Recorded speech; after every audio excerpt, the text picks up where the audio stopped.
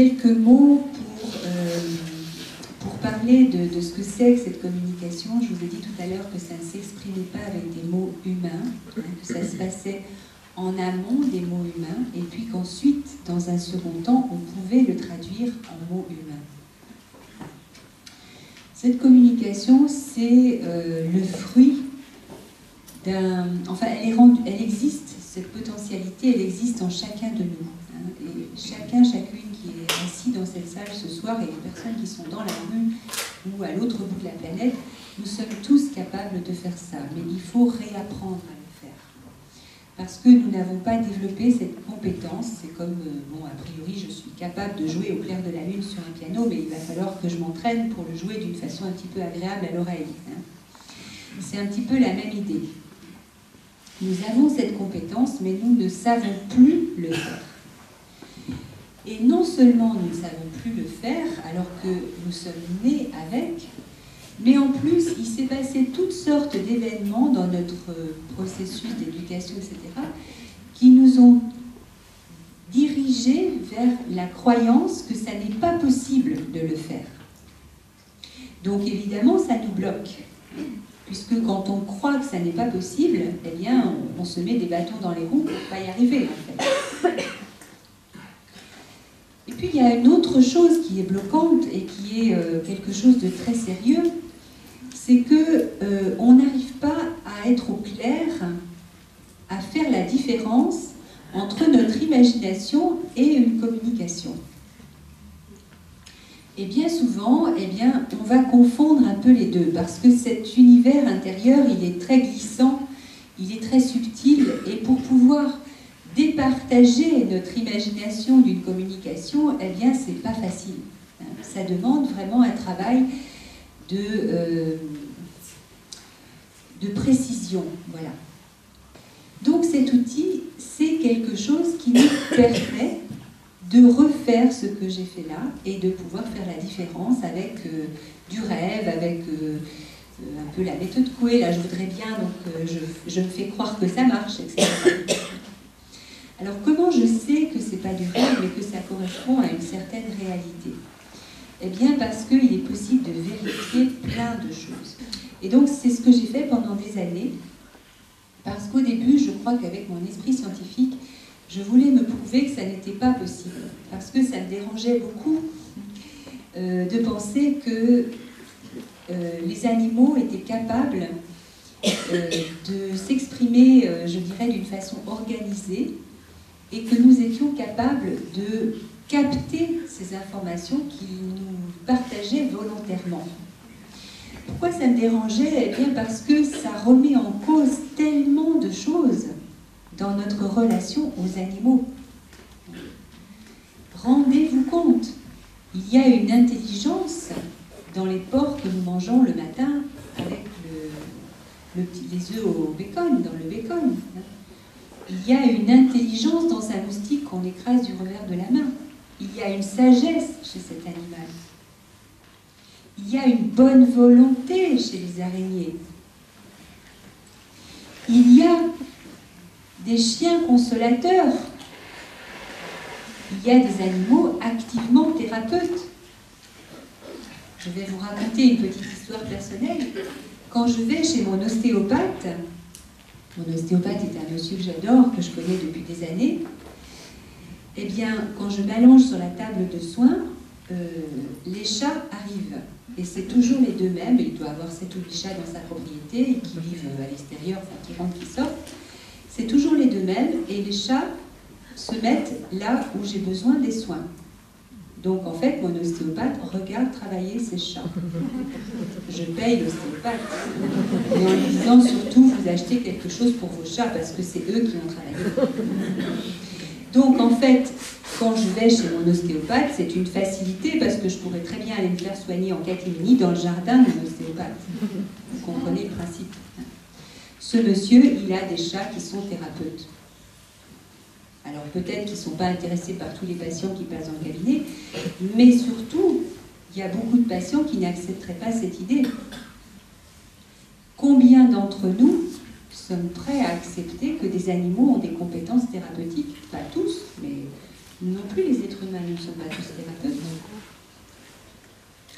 Il y a énormément de choses que nous pouvons apprendre des animaux à propos de réalité de la vie, de réalité biologique, des écosystèmes marins. Pourquoi aller mettre des machines dans l'océan alors que nous pouvons tout simplement demander aux poissons? Il suffit de connaître l'outil et puis après de savoir utiliser l'information. Seulement tout ça, toute cette information immense qui est déposée dans l'intelligence animale, nous les êtres humains, nous n'y avons pas accès. Pourquoi? Bien sûr, il y a un problème technique, nous ne parlons pas cette langue dans le quotidien, mais surtout, nous n'y avons pas accès parce que nous ne prenons pas le temps ou nous ne comprenons pas la valeur d'apprivoiser un animal. Les animaux qui sont tout le temps, eux, eh bien, ils savent donner. Nous sommes beaucoup occupés par des choses superficielles ou par qui va me donner quelque chose. Et nous ne sommes pas toujours dans le donner. Les animaux sont beaucoup plus dans le donner. Donc, si nous prenons le temps d'apprivoiser des animaux, eh bien, nous allons recevoir quelque chose qui va nous nourrir, qui va nous apaiser, qui va nous rendre plus humains. Parce que, ayant moins besoin de recevoir, nous allons être plus disponibles pour des choses qui sont de l'ordre du donner. Nous allons devenir aussi des donneurs. Donc les animaux nourrissent notre besoin profond avec générosité, avec conscience, surtout. C'est ça qu'il faut réaliser, c'est que les animaux ne le font pas, je dirais par hasard. Dans la plupart des cas, ils sont d'accord et ils s'en rendent compte que nous avons ces besoins. Et ils vont nous donner volontairement, à condition qu'on ne dépasse pas les bornes. C'est-à-dire qu'on respecte quand même un minimum leurs besoins, à condition aussi qu'ils ne soient pas trop abîmés par la vie. Parce que quand on est trop abîmé par la vie, qu'on soit un animal ou un être humain, on ne peut plus donner. Ça ferme le robinet du don. Donc, quand nous avons en face de nous un animal qui peut-être nous a apprivoisés, ou que nous avons apprivoisé, en tout cas qui est comme ça tombé dans notre vie, qui est apparu un matin sur le pas de la porte ou quelque chose comme ça, eh bien c'est ça qui est en train de se vivre, c'est que notre nature profonde est en train d'être nourrie par un animal qui est conscient, par une créature qui est consciente de ça.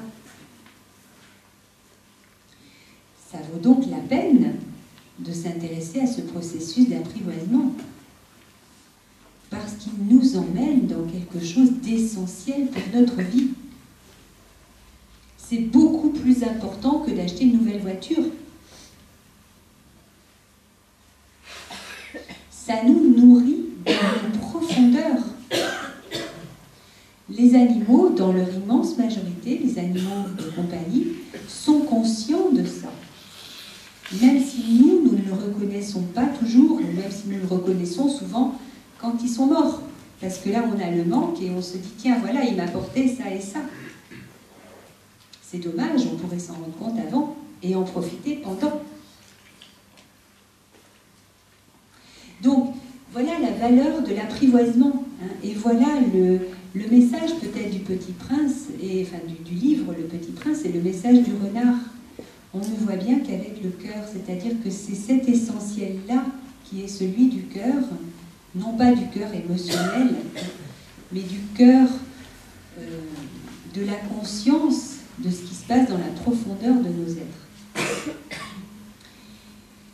Les animaux restent connectés à ça. Et plus nous avons, je dirais, dans notre vie, cet accord conscient avec cette réalité, plus nous, par exemple, nous faisons du bien aux animaux, comme Jessica qui en adopte autant qu'elle peut, etc., ou d'autres, je ne veux pas dire que Jessica soit la seule dans ce cas-là, plus nous allons dans ce sens dans notre vie, plus nous posons des actes qui sont en cohérence avec ce besoin profond que nous avons, et plus nous allons être dans la paix dans notre cœur, parce que plus nous allons être nourris quand on est nourri, on n'a plus faim, au moins pendant un certain temps. Donc nous allons être dans la paix dans notre cœur et nous allons ainsi augmenter l'énergie de paix sur la terre des êtres qui sont bien dans leur peau. Hein, pas des gens qui vont aller brandir des bannières peace and love, mais des gens qui sont bien dans leur vie, qui sont disponibles. Pourquoi? Parce qu'ils ont pris le temps, ou ils ont trouvé intéressant un jour, d'apprivoiser un animal. Ou 2, ou 3, ou 50. Donc vous voyez que cette cause animale qui m'intéresse tellement depuis et qui fait que moi aussi, personne à l'origine timide, j'ai choisi de venir sur des scènes parler de tous ces sujets. Cette cause animale, elle a un grand impact dans notre vie, hein, que nous ne mesurons peut-être pas à sa grande valeur. Hein. La grande valeur d'apprivoiser un animal, c'est que, bien sûr, nous faisons du bien à une créature sur la terre qui en a besoin. Hein. Mais aussi, c'est que nous allons nous faire du bien et que nous allons petit à petit devenir des êtres humains plus grands, plus disponibles, qui vivent autrement et qui participent à quelque chose de positif sur la terre, au-delà de rendre un animal heureux, pourquoi pas. Alors, on peut se demander, mais qu'est-ce que ça apporte à l'animal? Parce que tout ça, c'est nous. Hein. Qu'est-ce que ça peut bien apporter à l'animal d'être apprivoisé? Le renard nous dit, je serai triste, mais ensuite je m'intéresserai au champ de blé. L'animal n'est pas forcément nourri par notre relation au sens de son chemin de vie, mais il va être nourri physiquement. Un animal qui est en rue ou un animal qui est dans une maison avec une bonne couverture et un repas tous les jours, ben, c'est quand même une vie différente. Et puis ensuite, ce que ça va lui apporter, c'est justement l'exposition à des situations et à des expériences nouvelles. On ne s'attendait pas à ce qu'un renard s'intéresse au blé. Il est carnivore, il ne mange pas de grains. Eh bien voilà, tout d'un coup, il y a un renard apprivoisé qui va trouver ça intéressant que les champs de blé prennent la couleur du soleil et des cheveux du petit prince. Dans notre vie, c'est quoi? Ce chien apprivoisé, eh bien aujourd'hui, sa vie, elle n'a plus rien à voir avec la vie d'avant. C'est un chien qui est heureux, comblé par des choses qui nous paraissent toutes simples, hein, mais qui pour lui représentent le paradis. Je ne sais pas si vous connaissez le mot bliss, hein, il existe dans beaucoup de chansons.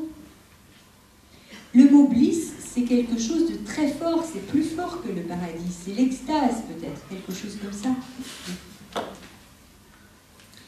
Donc ce chien, il vit dans cet état maintenant, alors que certainement, quelques années en arrière, il ne s'attendait pas à pouvoir connaître ces choses-là. Non pas parce qu'il est logé nourri, il aurait été logé nourri à la SPA. Mais vous vous rendez bien compte de l'écart qu'il y a entre être logé nourri dans une SPA et être apprivoisé, c'est-à-dire avoir développé un lien. Pour lui, Jessica est son petit prince. Elle est le seul être,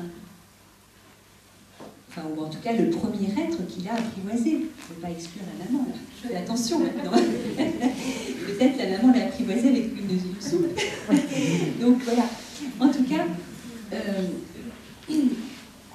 cet animal a un parcours de vie, une expérience de vie qui n'a plus rien à voir. Il y avait avant l'apprivoisement et après l'apprivoisement. Donc pour l'animal aussi, il y a une grande différence. Et vous voyez que dans ce parcours-là, finalement, ce qui s'est passé avant l'abandon, etc., c'est comme une autre vie. Quand je prends ma douche, là, les rares fois où j'ai la chance de prendre ma douche chez moi parce que je suis beaucoup en voyage, j'ai 2 araignées qui habitent dans ma cabine de douche. Bon, mais la plupart des gens, j'imagine, hein, mettraient le jet sur les toiles et les araignées, et puis hop, dans le train, et c'est fini. Non, moi j'ai trouvé un système, je négocie avec les araignées, donc je fais couler l'eau pour que j'ai horreur de me mettre sous la douche froide, comme ça vous allez tout savoir. Et quand pendant que l'eau froide devient chaude, eh bien je dis aux araignées, bon là je vais occuper la cabine pendant 10 minutes, il va falloir vous installer au plafond parce que je vais prendre ma douche. Fermez les yeux s'il vous plaît. Voilà. Et donc les araignées montent. Ça fait longtemps que ça se passe comme ça et ça se passe très bien. Ça ne viendrait pas à l'idée de détruire ces araignées tout simplement parce que je veux me doucher. Il y a des façons de vivre avec les animaux qui ne sont pas, je dirais, où on n'est pas obligé d'utiliser la violence. Seulement, nous avons tendance à faire ce qu'on a vu les autres faire. Nous avons tendance à croire qu'il n'y a pas d'intelligence chez les animaux et que ça serait ridicule de leur demander de se déplacer pour ne pas être prise par le jet d'eau. C'est pas ridicule. C'est juste une autre façon de vivre. Et c'est possible. C'est surtout ça. C'est possible. Donc, pour terminer, ce que je voudrais vous dire, c'est que l'apprivoisement, c'est quelque chose qui est vraiment à la portée de tous. Même si vous ne communiquez pas avec vos animaux, vous pouvez apprivoiser des animaux. On peut aussi apprivoiser les enfants, des voisins. On n'est pas obligé de se limiter aux animaux. Mais comme je vous le disais, avec les animaux, ça va nous nourrir davantage. Parce que les animaux n'ont pas cette espèce de nature qui est incomplète. Donc, je vous encourage à essayer avec les animaux pour vous entraîner et après apprivoiser peut-être des êtres humains ou vous apprivoiser vous-même. Parce que ça, c'est encore un autre degré de difficulté. Merci beaucoup et bonne soirée, bon retour.